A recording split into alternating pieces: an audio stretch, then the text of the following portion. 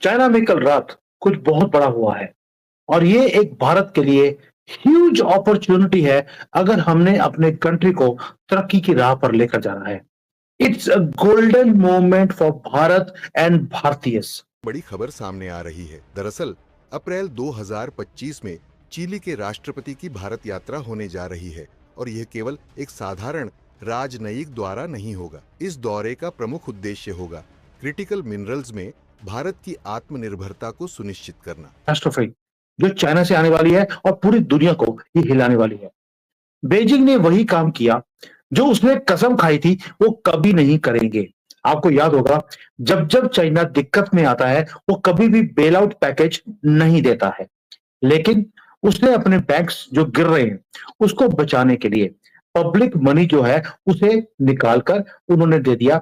Chilli जो lithium और अन्य महत्वपूर्ण खनिजों का वैश्विक हब है, भारत के साथ एक बड़े व्यापारिक समझौते की ओर बढ़ रहा है। अब सबसे पहला सवाल ये है कि क्रिटिकल मिनरल्स क्यों हैं जरूरी भारत के लिए। नमस्कार, आप सभी का स्वागत है रियल भारत टीवी में। दोस्तों, आज की लेटेस्ट खबर के बारे में बात करते हैं। जैसा कि आप सभी ने देखा कि एक बहुत बड़ी खबर सामने आ रही है चीन को लेकर के, भारत को लेकर के। बहुत बड़ी डील और एक गोल्डन अपॉर्चुनिटी है भारत के लिए। अब जो है चाइना व्यापार करना चाह रहा है भारत के साथ। एक बार फिर से चाइना जो है ट्रेड करना चाह रहा है, व्यापार करना चाह रहा है भारत के साथ। भारत और चीन की जो दोस्ती है वो काफ़ी हद तक इसमें नज़र आ रही है अच्छी। और इसमें जो है भारत जो है वो मिनरल्स मांग रहा है, मिनरल्स का व्यापार करना चाह रहा है चाइना के साथ। भारत को इस समय काफ़ी ज़्यादा मिनरल्स की ज़रूरत है, जैसा कि आप सभी ने क्लिप्स में देखा। बहुत जल्द जो है चाइना के राष्ट्रपति जो हैं भारत के दौरे पर आएंगे, उनसे उनकी मुलाकात हुई नरेंद्र मोदी जी से, और व्यापार को लेके यानी ट्रेड को लेकर के काफ़ी ज़्यादा मीटिंग्स होंगी, चर्चाएं होंगी कि कैसे क्या करना है। तो चलिए देर ना करते इस पूरी वीडियो को देखते हैं, फिर मिलते हैं वीडियो के एंड में। इसके अलावा ये कॉपर, ग्रेफाइट और कई अन्य दुर्लभ खनिजों का प्रमुख निर्यातक भी है। भारत जो इलेक्ट्रिक व्हीकल और नवीकरणीय ऊर्जा की दिशा में तेजी से बढ़ रहा है, चिली के साथ साझेदारी करके अपने संसाधनों को सुरक्षित करना चाहता है। चिली के राष्ट्रपति की यात्रा के दौरान निम्नलिखित क्षेत्रों में सहयोग पर समझौते हो सकते हैं, जैसे लिथियम और अन्य दुर्लभ खनिजों की आपूर्ति सुनिश्चित करना, संयुक्त खनन परियोजनाओं की स्थापना, भारत में मैन्युफैक्चरिंग यूनिट्स के लिए खनिजों की प्रोसेसिंग। ज्यादा बड़ा हो चुका है कि उन्हें दोबारा से अपनी कसम को तोड़ना पड़ा। In a desperate attempt to stabilize their economy, यानी कि क्रम्बलिंग बैंकिंग सिस्टम, जो प्रीमियर ली शियांग है उन्होंने अनाउंस कर दिया रात के अंधेरे में कि चाइना 500 बिलियन युआन को इंजेक्ट करेगा मार्केट के अंदर। और मार्केट में भी कहा मेजर स्टेट ओन्ड बैंक्स में, रीजनल आपूर्ति से बैटरी उत्पादन में तेजी आएगी, ईवी सेक्टर और सोलर एनर्जी प्रोजेक्ट्स को मजबूती मिलेगी, डिफेंस और इलेक्ट्रॉनिक्स इंडस्ट्री में आत्मनिर्भरता बढ़ेगी, चीन पर निर्भरता कम होने से रणनीतिक स्वतंत्रता बढ़ेगी। भारत में चिली के राष्ट्रपति की यात्रा केवल एक राजनयिक औपचारिकता नहीं, बल्कि एक रणनीतिक मास्टर स्ट्रोक है। ये भारत को क्रिटिकल मिनरल्स के क्षेत्र में आत्मनिर्भर बनाने और चीन की मोनोपोली को तोड़ने का एक बड़ा अवसर प्रदान करेगा। ये काम किया है क्योंकि हिस्ट्री हमें कुछ और बताती है कि जब एक कंट्री पब्लिक मनी को थ्रो करना शुरू कर दे, वो भी अपने बैंक्स जो डूब रहे हैं उनको बचाने के लिए, इसका मतलब है it's a beginning of the end. यही काम जापान में भी हुआ था 1990 में, अगर आपको याद होगा। उस वक्त भी जापान में इकोनॉमिक क्राइसिस था। इकोनॉमिक क्राइसिस इसलिए आया था क्योंकि जापान के अंदर जो रियल एस्टेट में एक बबल था। ये एक इकोनॉमिक स्टैग्नेशन का काम टाइम था जापान के लिए, और उससे जापान आज तक बाहर निकल नहीं पाया है। अब चाइना के अंदर भी जो इकोनॉमिक ट्रेजेक्ट्री है वो बिल्कुल सिमिलर है। जैसे जापान के अंदर 1990s में रियल एस्टेट का कोलैप्स हुआ था, चाइना के अंदर भी यही है। रियल एस्टेट बबल फूट चुका है। अभी रैपिड ग्रोथ जो थी इनकी, जो लोन ले लेकर इन्होंने करी, बंद हो गई है। अब ये बबल बर्स्ट हुआ है, ये फूक दिया है, लेकिन बैंक बच नहीं रहे।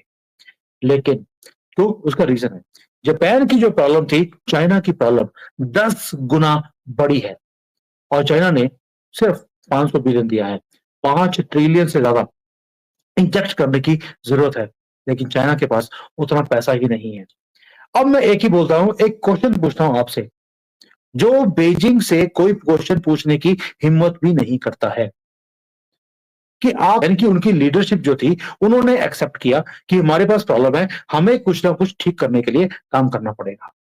लेकिन चाइना की जो लीडरशिप है, वो मानने को ही तैयार नहीं है कि हमारे यहाँ पर प्रॉब्लम है। और जो उनके आसपास शी जिनपिंग के लोग हैं, वो भी बताने से डरते हैं कि सर हमारी इकोनॉमी डाउन जा रही है।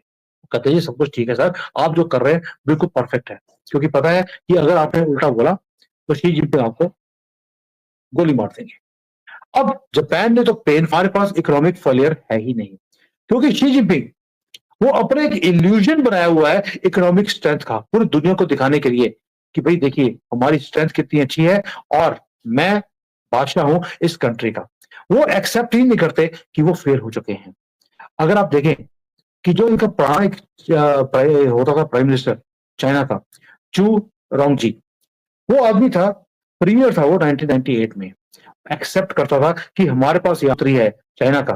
प्रेसिडेंट तो है शी जिनपिंग, लेकिन जो प्रीमियर है ली शियांग, उसे पता ही नहीं है कि करना क्या है, क्योंकि अथॉरिटी उसके पास जीरो है। सारे डिसीजंस वो शी जिनपिंग लेते हैं, यानी कि जो प्रधानमंत्री है वो सिर्फ एक पपट है शी जिनपिंग का, इसीलिए उसे चूज भी किया गया। और प्रेस कॉन्फ्रेंस प्रेस कॉन्फ्रेंस के सामने आकर बात करने की हिम्मत तक नहीं है। दोस्तों, हर डिसीजन शी जिनपिंग खुद लेते हैं। और जो फॉरेन कैपिटल है चाइना से इतनी तेजी से बाहर निकल रही है, क्योंकि उनको लगता है फॉरेन इन्वेस्टर्स को कि गवर्नमेंट अब ट्रांसपेरेंट नहीं है, रियल इकोनॉमिक लीडरशिप यहां पर एग्जिस्टेंट नहीं है, ट्रस्ट नहीं है गवर्नमेंट के ऊपर, और फाइनेंशियल जो कम्युनिटी है उन्होंने बाहर निकलना शुरू कर दिया। पिछले साल यानी कि 2024 में foreign direct investments have drop down to the lowest level ever. इतना कम लेवल कभी था ही नहीं। क्योंकि चाइना ने एक ही काम किया, अपने कंट्री को बोला बिल्डिंग्स बनाते जाओ, उन्हें बड़े बड़े हाई प्राइसेस पे इसे बेचो। जो 50 लाख का घर था वो 5-5 करोड़ रुपए का इन्होंने बेचा है, और फिर बेचने के बाद पैसे इकट्ठे किए, उसके बाद नई बिल्डिंग्स और बनानी शुरू कर दी। अब बिल्डिंग्स इतनी ज्यादा हो गई हैं कि उनके अंदर लोगों को बसाने के लिए लोग ही नहीं, और जो चाइना की इकोनॉमी है 30% से ज्यादा तो रियल एस्टेट के ऊपर एग्जिस्टेंट है। अब यहाँ पे millions of unsold apartments country को और नीचे लेके जाते आ रहे हैं। अब सोच के देखिए, बैंक भी फंसा हुआ है, जिन्होंने मकान खरीदा वो भी फंसा हुआ है, कंट्री भी फंसी हुई है, लोकल गवर्नमेंट भी फंसी हुई है, सेंट्रल गवर्नमेंट भी फंसी हुई है। अगर ये हाल हुआ है तो कंट्री बचेगी कैसे? मुझे उसी बात का डर है। डर इसलिए है, एक तो मैं चाइना में रहता हूँ, दूसरा मुझे उसका फर्क नहीं है। फर्क ये है कि अगर चाइना डूबेगा, साथ में कितनी और कंट्रीज को भी ये डुबो कर लेकर जाएगा। जैसा कि आप सभी ने देखा कि किस तरह से भारत के जो प्रधानमंत्री हैं वो बहुत जल्दी चीनी राष्ट्रपति से मुलाकात करने वाले हैं। एक हाई मीटिंग अलर्ट दे दिया गया, हाई मीटिंग होगी चीन और भारत के प्रधानमंत्री के बीच में मिनरल्स के ट्रेड को लेकर के, चाइना से भारत के बीच। अब इसको देखते हुए पाकिस्तान की जो मीडिया है वो काफी ज्यादा शॉक्ड है कि भाई एक बार फिर से चीन और भारत जो है व्यापार ट्रेड करने जा रहे हैं। तो पाकिस्तानियों को काफी ज्यादा जलन हो रही है, क्योंकि वो अपने से ज्यादा किसी और देश को, किसी और मुल्क को बढ़ता हुआ नहीं देख सकते। वो वैसे ही चिढ़ते हैं कि भारत के साथ बहुत से देशों की जो दोस्ती है वो काफी हद तक अच्छी है। तो पाकिस्तानियों को काफी ज्यादा जलन हो रही है, क्योंकि भारत और चीन जो है वो बहुत अच्छे दोस्त बनते हुए नजर आ रहे हैं। इस वजह से पाकिस्तानियों को और ज्यादा तकलीफें हो रही हैं। अब चाइना जो है वो भारत के साथ ट्रेड करेगा, तो चीन के जितने भी लोग हैं वो भारत भी आते जाते रहते हैं घूमने के लिए, भारत का दौरा करने आ रहे हैं राष्ट्रपति चीन के। अब जो है काफी अच्छी बड़ी मीटिंग्स होंगी जिसमें बहुत से लोगों को बुलाया जाएगा, और अलग अलग फॉरेन कंट्रीज के फॉरेन मिनिस्टर्स को बुलाया जाएगा, हर एक कंट्रीज के। अब इसमें लेकिन भाई पाकिस्तान को इनवाइट नहीं किया जाएगा, क्योंकि पाकिस्तान के प्रधानमंत्री यानी कि शहबाज शरीफ को किसी चीज की नॉलेज तो है नहीं, तो उनको बुलाने का अब कोई सेंस नहीं है। इस वजह से पाकिस्तानी जो है और ज्यादा चिढ़ते हैं, पाकिस्तान की जो आवाम है और ज्यादा चिढ़ती है कि भाई हमारे प्रधानमंत्री को किसी भी जगह से, इंडिया से खास तौर पे, इनवाइट कभी आता क्यों नहीं है, क्योंकि ये कभी किसी चीज में आगे होके शामिल भी नहीं होते हैं।